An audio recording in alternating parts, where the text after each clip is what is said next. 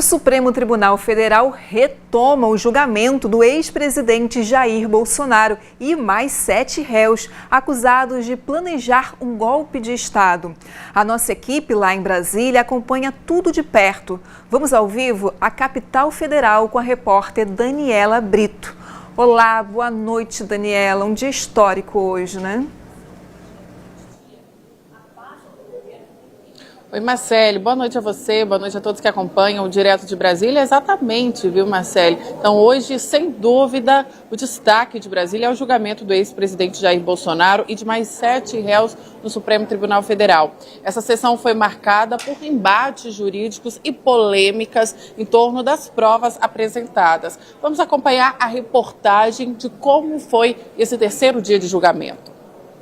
Na chegada para o terceiro dia de julgamento, o advogado do réu, Walter Braga Neto, ex-ministro de Bolsonaro e candidato a vice na chapa de 2022, mostrou não estar confiante na absolvição. A expectativa é pequena, o que eu acho uma pena, porque, falando em nome do general Braga Neto, eu não vejo absolutamente nada que o incrimine.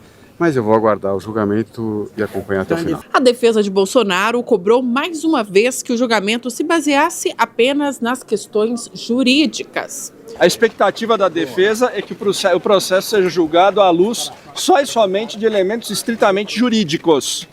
Tá? Se for julgado assim, a convicção é de que deverá ser absolvido.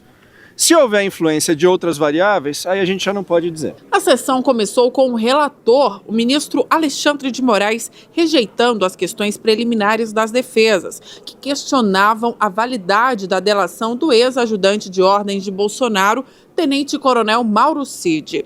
Moraes ainda criticou os advogados e citou que tiveram meses para se preparar e não trouxeram novidades. O relator, o ministro Alexandre de Moraes, afirmou que o ex-presidente Bolsonaro era o líder de uma organização criminosa e que o grupo do chamado Núcleo 1 usou órgãos públicos para monitorar os adversários políticos e que montaram uma estratégia de atentar contra o Poder Judiciário, colocando a Justiça Eleitoral em descrédito.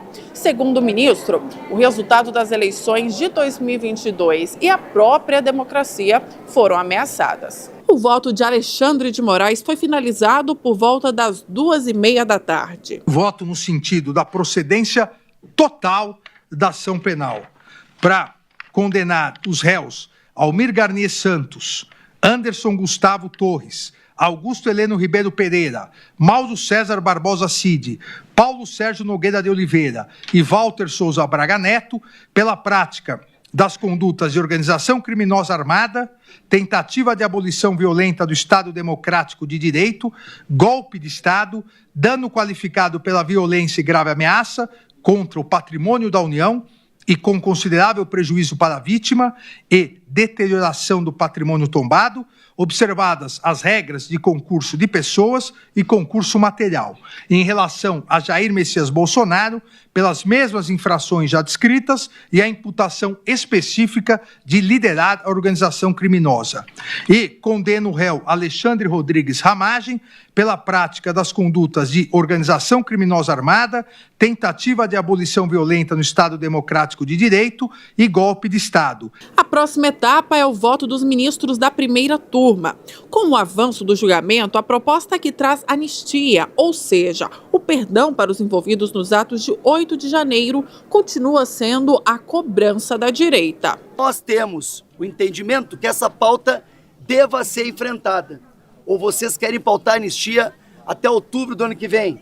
Ou vocês acham que em algum momento as pessoas estão lá presas, numa cela 3x3, com traficante, com homicida, e que nunca tinham passado pela, sequer próximo a uma delegacia de polícia, não estão sendo injustiçadas? Está crescendo a proporção das pessoas na população que acham que a condenação é o caminho justo do Bolsonaro. Na CNT-MDA foi 59,4% contra 39% que acham a condenação justa. Então é um processo. E essa semana, você pode estar certo, até sexta-feira, em relação a qualquer outra pesquisa, vai ser mais do que 59%. Porque vão aparecer provas, o julgamento vai ser a pauta da semana no Brasil.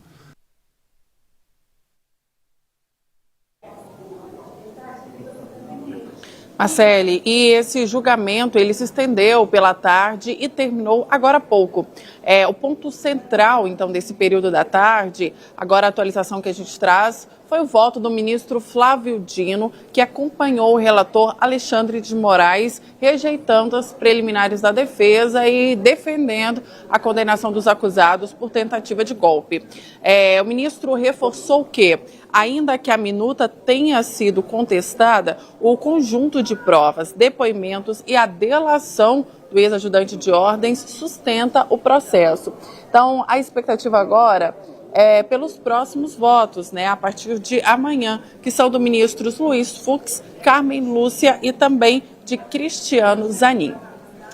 E agora a gente fala sobre um outro assunto também importante, porque foi promulgada no Congresso hoje a Emenda Constitucional 66, que limita o pagamento de precatórios. Essa medida, ela muda as regras para a quitação de dívidas judiciais da União, estados e também municípios, afetando ali diretamente o caixa das prefeituras. Nós ouvimos o presidente da Confederação Nacional dos Municípios, que destacou o impacto para a gestão local. Isso é uma forma de poder pagar os precatórios. Pela legislação vigente, a emenda 100, até 2029, todos os municípios deveriam liquidar os seus precatórios, que hoje estão em 105 bilhões de reais. É impossível o pagamento. Ademais, a correção que nós estamos mudando agora, dos precatórios, que é pela Selic, que é 15%, nós estamos mudando para inflação mais 2%. Por isso que houve uma repulsa muito grande de alguns bancos, OAB, tudo, porque são os que compraram os precatórios. E para fechar, a gente fala agora sobre uma decisão considerada histórica, viu? Porque o governo publicou a portaria número 69, que garante a indenização de R$50 mil e uma pensão vitalícia de até R$ 8.157 às crianças com deficiência permanente causada aí pela síndrome congênita do Zika vírus. Essa medida, ela é fruto da articulação do senador Alessandro Vieira, do MDB de Sergipe, que desde o início abraçou essa causa das famílias, especialmente aí no Nordeste. Então, com isso, mães e pais que convivem há anos com as dificuldades da síndrome recebem não só esse apoio financeiro, mas também o reconhecimento, do Estado. Então, Marcele, esses foram os principais assuntos de hoje aqui em Brasília: julgamento de Bolsonaro no STF, promulgação da PEC 66 e também a reparação histórica aí para essas famílias atingidas pelos Zika vírus. A gente volta amanhã. É com você, Marcele. Obrigada, Daniela, pelas informações. Até amanhã.